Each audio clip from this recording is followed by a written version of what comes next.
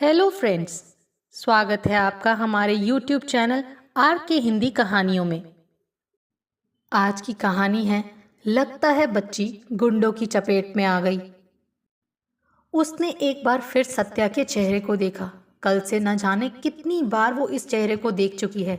दोपहर से अब तक तो वो एक मिनट के लिए भी उससे अलग ही नहीं हुई थी। बस चुपचाप पास में बैठी रही थी। दोनों एक दूसरे से नजरें चुरा रही थी, एक दूसरे की ओर देखने से कतरा रही थी। सत्या का चेहरा व्यथा और दहशत से त्रस्त था। वो समझ नहीं पा रही थी कि अपनी बेटी को किस तरह दिलासा दे। उसके साथ जो कुछ घट गया था, अचानक ही जैसे उसका सब कुछ लुट गया था। वो तकिए में मुंह छुपाए बस सुबकती रही थी। सब कुछ जानने समझने के बावजूद उसने सत्या से ना तो कुछ कहा था ना पूछा था। ऐसा कोई शब्द उसके पास नहीं था जिसे बोलकर वो सत्या की पीड़ा को कुछ कम कर पाती, और इस विवशता में वो और अधिक चुप हो गई थी।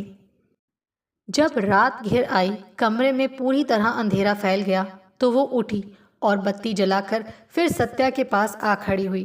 कुछ खा ले बेटी, दिन भर से कुछ नहीं लिया है। नहीं मम्मी, मुझे भूख नहीं है, प्लीज़ आप जाइए, सो जाइए, सत्या ने कहा और चादर फैलाकर सो गई। कुछ देर उसी तरह खड़ी रहने के बाद वो कमरे से निकलकर बालकनी में आ खड़ी हुई। उसके कमरे का रास्ता बालकनी से ही था और अपने कमरे में जाने से वो डर रही थी। न जाने कैसी एक आशंका से उसके मन में भर गई थी। आज दोपहर को जिस तरह से लिथड़ी चिथड़ी सी सत्या ऑटो से उतरी थी और ऑटो का भाड़ा दिए बिना ही भागकर अपने कमरे में आ गई थी, वो सब देखकर उसका मन कांप उठा था। सत्या ने उससे कुछ कहा नहीं था, उसने भी कुछ पूछा नहीं था। बाहर निकलकर ऑटो वाले को उसने पैसे दिए थे। ऑटो वाला ही कुछ उदास उदास स्वर में बोला था, बहुत खराब समय है बीबी जी, लगता है बच्ची गुंडों की चपेट में आ गई थी, या फिर ब्रिज के पास सड़क पर बेहाल सी बैठी थी, किसी तरह घर तक आई है। इस तरह के केस को गाड़ी में बैठाते हुए भी डर लगता है। पुलिस के 100 लफड़े हैं। पैसे देकर जल्दी से वो घर के भीतर घुसी। उसे डर था ऑटो वाले की बातें आसपास के लोगों तक न पहुंच जाएं। ऐसी बातें फैलने में समय ही कितना लगता है। वो धड़धड़ाती सी सत्या के कमरे में घुसी। सत्या बिस्तर पर औंधी पड़ी, तकिए में मुंह छुपाए हिचकियां भर रही थी। कुछ देर तक तो वो समझ ही नहीं पाए कि क्या करे, क्या कहे। बस चुपचाप सत्या के पास बैठकर उसका सिर सहलाती रही। अचानक सत्या ही उससे एकदम चिपक गई थी। उसे अपनी बाहों से जकड़ लिया था। उसकी रुलाई ने वेग पकड़ लिया था। मम्मा, वो थे जबरदस्ती कार में। सत्या आगे कुछ बोल नहीं पाई, न बोलने की जरूरत ही थी। जो आशंकाएं अब तक सिर्फ सिर उठा रही थी, अब समुद्र का तेज ज्वार बन चुकी थी। उसका कंठ अवरुद्ध हो गया, आंखें पनीली, परंतु अपने आप को संभालते हुए बोली, डोंट वरी बेटी, डोंट वरी, संभालो अपने आप को, हिम्मत से काम लो। कहने को तो कह दिया सांत्वना भरे शब्द, किंतु खुद भीतर से वो जिस तरह टूटी बिखरी, ये सिर्फ वही समझ पाई। जिस सत्या को अपने ऊपर अभिमान था कि ऐसी स्थिति में आत्मरक्षा कर पाने में वो समर्थ है, वही आज अपनी असमर्थता पर आंसू बहा रही थी। बेटी की पीड़ा ने किस तरह उसे तार तार कर दिया था, दर्द की कितनी परतें उभर आई थी, ये सिर्फ वही समझ पा रही थी। बेटी के सामने व्यक्त करने का साहस नहीं था उसमें। सत्य इस तरह की घटनाओं की खबरें जब भी अखबार में पढ़ती, गुस्से से भर उठती। ये लड़कियां इतनी कमज़ोर क्यों हैं? कहीं भी कोई भी उन्हें उठा लेता है और वो रोती कलपती अपना सब कुछ लुटा देती हैं। और ये पुलिस क्या करती है? इस तरह सरेआम सब कुछ हो जाता है। और वो सत्या को समझाने की कोशिश करती हुई कहती, स्त्री की कमज़ोरी तो जग जाहिर है बेटी, इन शैतानों के पंजे में कभी भी कोई भी फंस सकता है। माई फुट, मैं तो इनको ऐसा मजा चखा देती। उसने घबराए मन से फिर सत्या के कमरे में एक बार झांका और चुपचाप अपने कमरे में आकर लेट गई। खाना उससे भी खाया नहीं गया। यूं ही पड़े पड़े रात ढलती रही। बिस्तर पर पड़ जाने से ही, रात के बहुत गहरा जाने से ही नींद तो नहीं आ जाती। उसने कमरे की बत्ती भी नहीं जलाई थी और उस अंधेरे में अचानक ही उसे बहुत डर लगने लगा। वो फिर उठकर बैठ गई, कमरे से बाहर निकली और फिर सत्या के कमरे की ओर झांका। सत्या ने बत्ती बुझा दी थी और शायद सो रही थी। वो मंथर गति से फिर अपने कमरे में आई, बिस्तर पर लेट गई, किंतु आंखों के सामने जैसे बहुत कुछ नाच रहा था। अंधेरे में भी दीवारों पर कई कई परछाइयां थी। वो सत्या को कैसे बताती कि जो वेदना, जो अपमान आज वो झेल रही है, ठीक उसी वेदना और अपमान से एक दिन उसे भी दो चार होना पड़ा था। सत्या तो इसे अपने लिए असंभव माने बैठी थी। शायद वो भूल गई थी कि वो भी इस देश में रहने वाली एक लड़की है, इस शहर की सड़कों पर चलने घूमने वाली हजारों लड़कियों के बीच की एक लड़की, जिसके साथ कहीं कुछ भी घट सकता है। सत्या के बारे में सोचते सोचते वो अपने अतीत में खो गई। कितनी भयानक रात थी वो, कितनी पीड़ाजनक। वो दीवारों पर देख रही थी, कई कई चेहरे नाच रहे थे। वो अपने मन को देख रही थी, जहां सैकड़ों पन्ने फड़फड़ा रहे थे। एक सुखी संपन्न परिवार की बहू, एक बड़े अफसर की पत्नी, सुख संसाधनों से लदी फदी, एक 9 साल की बेटी, परंतु पति सुख बहुत दिनों तक वो नहीं भोग पाई थी। वैवाहिक जीवन के सिर्फ 16 साल बीते थे कि पति का साथ छूट गया था। एक कार दुर्घटना घटी और उसका जीवन सुनसान हो गया।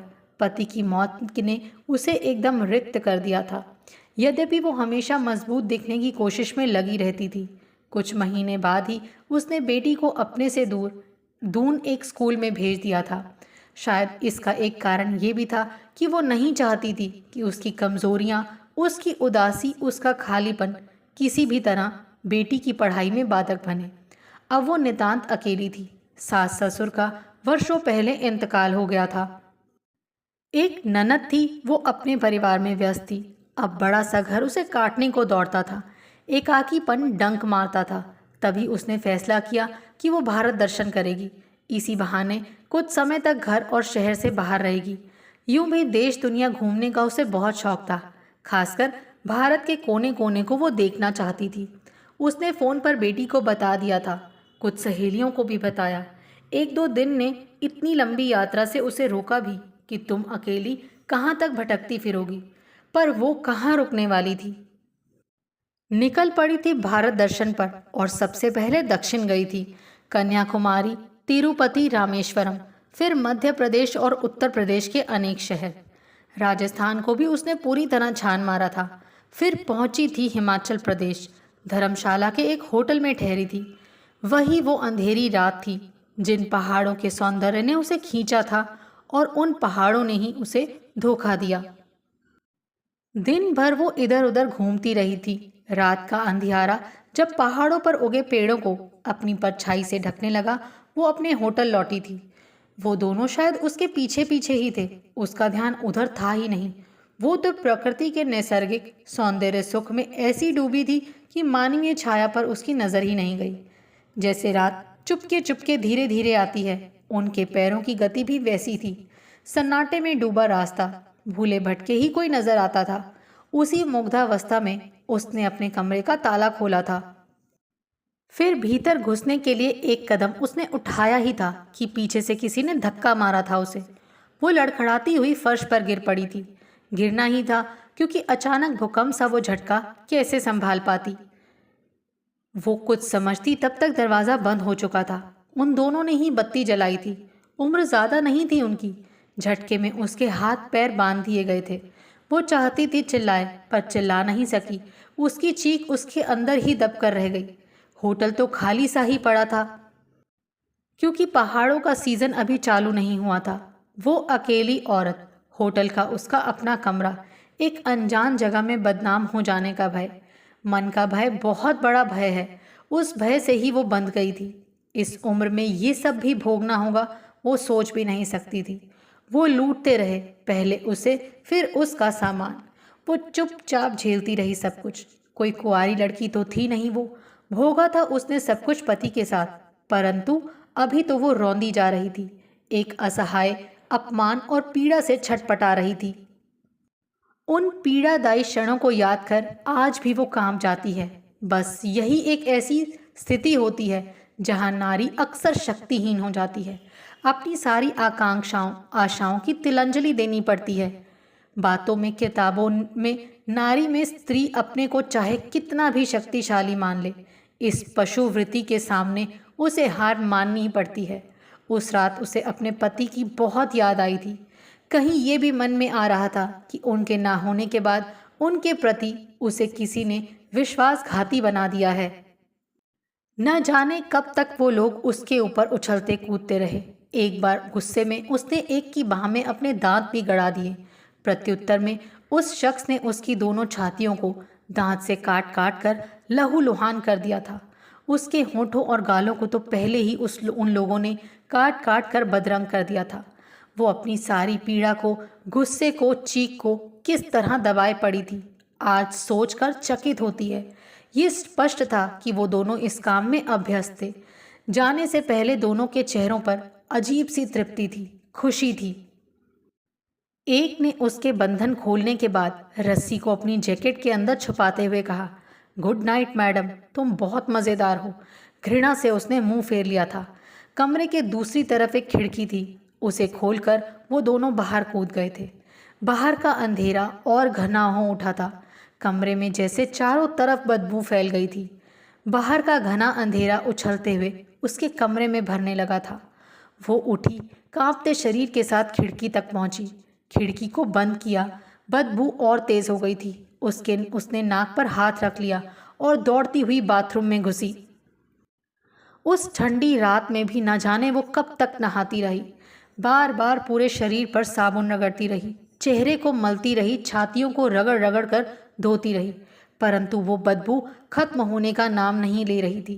वो नंगे बदन ही फिर कमरे में आई, पूरे शरीर पर ढेर सारा पाउडर थोपा, परफ्यूम लगाया, कमरे में भी चारों तरफ छिड़का, किंतु उस बदबू का अंत नहीं था। कैसी बदबू थी ये, कहाँ से आ रही थी, वो कुछ समझ नहीं पा रही थी। बिस्तर पर लेटने के बाद भी देर तक नींद नहीं आई थी। जीवन व्यर्थ लगने लगा था। उसे लग रहा था उसका जीवन दूषित हो गया है, उसका शरीर अपवित्र हो गया है। अब जिंदगी भर इस बदबू से उसे छुटकारा नहीं मिलेगा। वो कभी किसी से आंख मिलाकर बात नहीं कर पाएगी। अपनी ही बेटी से जिंदगी भर उसे मुंह छिपाना पड़ेगा। हालांकि एक मिनट के लिए वो ये भी सोच गई कि अगर वो किसी को कुछ नहीं बताएगी तो भला किसी को कुछ भी पता कैसे चलेगा। फिर भी एक पाप बोध हीन भाव उसके अंदर पैदा हो गया था और ढलती रात के साथ उसने तय कर लिया था कि उसके जीवन का अंत इन्हीं पहाड़ों पर होना चाहिए। यही एक विकल्प है उसके सामने। वो बेचैनी से कमरे में टहलने लगी। उस होटल से कुछ दूर पर ही एक ऊंची पहाड़ी थी, नीचे गहरी खाई। वो कहीं भी कूद सकती थी। प्राण निकलने में समय ही कितना लगता है। कुछ देर छटपटाएगी, फिर सब कुछ शांत। पर रात में होटल का बाहरी गेट बंद हो जाता था। कोई आवश्यक काम हो तभी दरबान गेट खोलता था। वो भला उससे क्या आवश्यक काम बताएगी इतनी रात को। संभव ही नहीं था उस वक्त बाहर निकल पाना। चक्कर लगाती रही कमरे में सुबह के इंतजार में। भोर होते ही गेट खुल जाता था। अपने शरीर पर एक शॉल डालकर बाहर निकली। कमरे का दरवाज़ा भी उसने बंद नहीं किया। अभी भी अंधकार घना ही था, पर ऐसा नहीं कि रास्ते पर चला ना जा सके। टहलखोरी के लिए निकलने वाले भी दो चार लोग रास्ते पर थे। वो मंथर गति से चलती रही। सामने ही वो पहाड़ी थी, एकदम वीरान, सुनसान। वो जाकर खड़ी हुई। पहाड़ी पर नीचे का कुछ भी नहीं दिख रहा था, भयानक सन्नाटा। वो कुछ देर तक खड़ी रही, शायद पति और बेटी की याद में खोई थी। हवा की सरसराहट उसके शरीर में कंपन पैदा कर रही थी, पर वो बेखबर सी थी। शॉल भी उड़कर शायद कहीं नीचे गिर गई थी।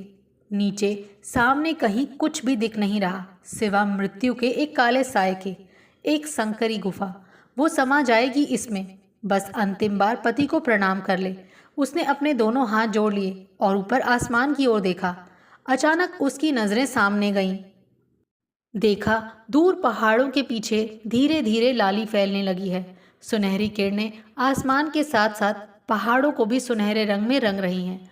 सूर्योदय सुना था, लेकिन यहाँ से सूर्योदय देखते हैं आसमान की लाली, शिखरों पर फैली लाली अद्भुत थी।